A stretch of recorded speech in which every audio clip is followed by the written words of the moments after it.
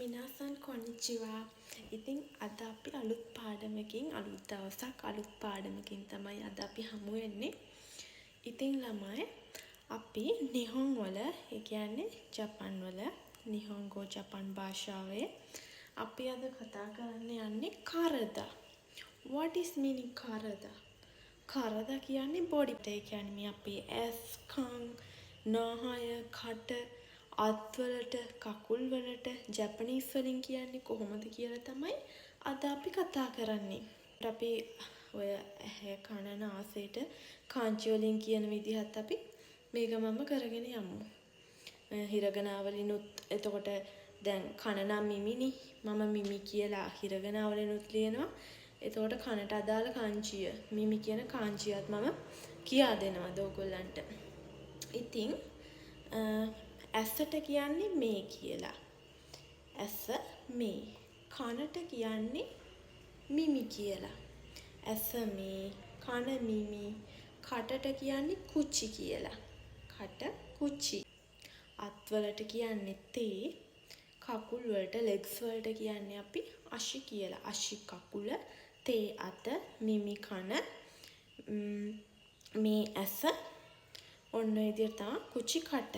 ඔන්න ප්‍රධානම අපි ඔය බොඩි පාර්ට්ස් ටික දැනගත්තාම ඔය කරදා ශරීරයේ කරදා කියන්නේ ශරීරයේ ශරීරයේ ඔය කොටස් ටික අපි N5 වලට ඉගෙන ගත්තාම මේ ඇති. මොකද ගොඩක් සංකීර්ණව බොඩි පාර්ට්ස් ගැන හැම මේ N5 වලට එච්චර ඉගෙන ගන්න අවශ්‍ය නැහැ. N5 සිලබස් එකට එච්චර ලොකුවට බොඩි පාර්ට්ස් ගැන මේ වචන ඉගෙන ගන්න නැහැ. ඉතින් අපි මේ දැන් කාංචිත් එක්ක අද කරගෙන යන හින්දා අපි ලියලියා පුරුදු වෙමු. අපි මුලින්ම කට කුචිනි කටට කිව්වේ කුචි කියලා. කුචි කියලා හිරගනා වලින් ලියන්නේ මෙන්න මෙහෙම. මේ කු මේ චි කුචි කට. ඒක අපි දැන් ලියමු. මේ දැන් ලියන්නේ කාංචි වලින්. කාංචි වලින් කුචි මෙහෙම.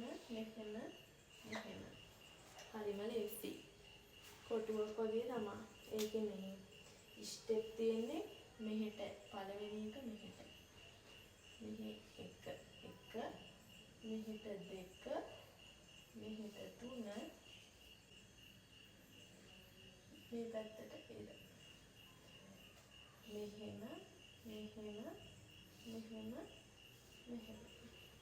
කුචි කට. ඔයාලා සටහන් කරගන්න නම් සටහන් කරගන්න. මම එකින් එක තමයි මේ බෝඩ් එක ක්ලියර් කරන්නේ. මේ කුචි කට. ස්ටෙප් විදිහට මෙන්න මෙහෙම තමයි. ඒක ලේසි. නිකන් කොටුවක් වගේ කුචි කට කියන එක මතක තියාගන්න ලේසි.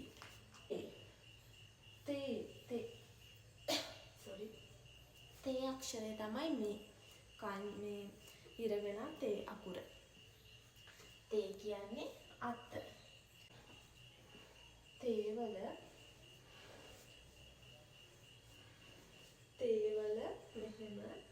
මෙහෙම කොක්කකුත් දෙනවා. ඔන්න තේ.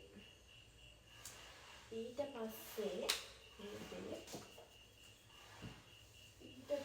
අපි දැන් කතා කරා කුචි කට, මේ ඇස, තේ අත, අශි. අශි කියන්නේ කකුල. මේ ලියන්නේ අශි කියලා. අශි කකුල. කකුල kanjiයක් ටිකක් සංකීර්ණයි. ඔයාලට පේනවනේ බෝඩ් එක. මෙහෙම. ඊට පස්සේ මෙහෙම. මෙන්න මෙහෙමයි අශි කකුල kanjiය. ඔයාලට පේනවනේ. කකුල kanjiය තමයි මේ. ලෙග් එක. අශි කකුල. ඔයාලා බලාගත්තනේ නේද? පැහැදිලිව පේනවනේ ඔයගලන්ට. අශි කකුල. ඊට පස්සේ කන. කනට මම මොකක්ද කිව්වේ? මිමි. කන මිමි. මේ ඇස කුචි කට මේම තේ. අත කියන්නේ තේ. අශි කකුල. දැන් කතා කරන්නේ මිමි කන. මිමි. ඔන්න මම හිරගනා වලින් මිමි කියලා තමයි මේ ලියන්නේ. මිමි. මිමි. මිමි කන.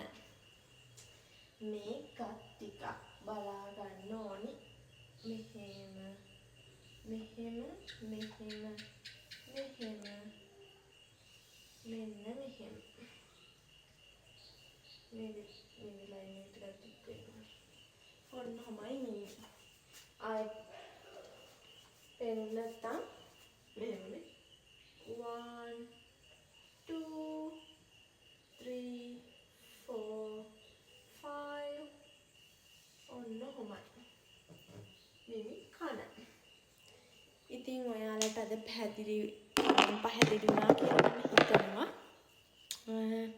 අපි ආයෙ මතක් කරොත් එහෙම අද අපි කරදා ගැන තමයි කතා කරේ. කරදා කියන්නේ ශරීරය. බොඩි එක.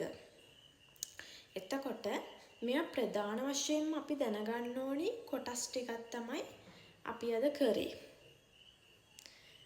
ඒ අතරේ අපි විශේෂයෙන්ම දැනගෙන ඉන්න ඕනි කන, ඇස, කට, අත් දෙක කකුලට වගේ තමයි. ඒවට තමයි කංජි තියෙන්නේ.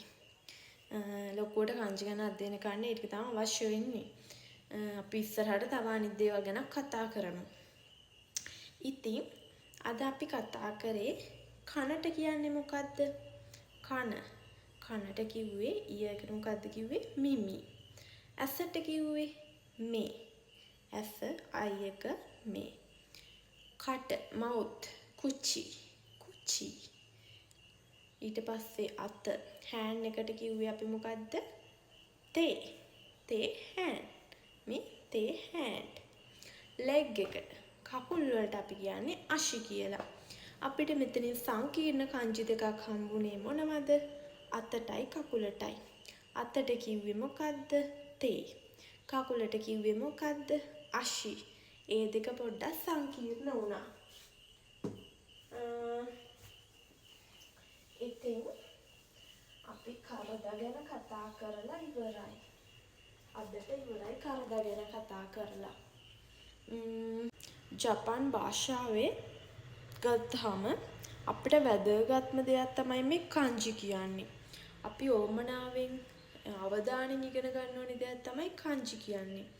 ඉතින් අද මම ඕගොල්ලන්ට කරපු කරදා කොටස් ටික ඕගොල්ලෝ පොඩි නෝට් එකක් දාගෙන පොඩ්ඩක් ඒ ටික පාඩම් කරගන්න. එතකොට එදිනෙදාව භාවිත කරාම අපිට ඒව නිකම්ම අපේ ඔළුවට එනවා. මෙන්න මේකට කියන්නේ මේකනේ කියලා අපේ ඔළුවට එනවා.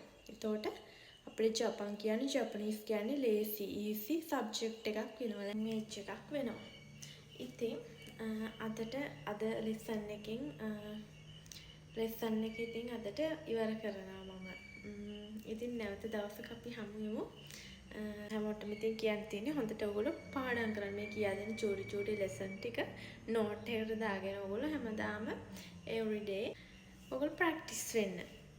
ඉතින් සයෝනරා අදට ගිහින් එන්නම්. නැවත අපි හමු වෙමු. bye.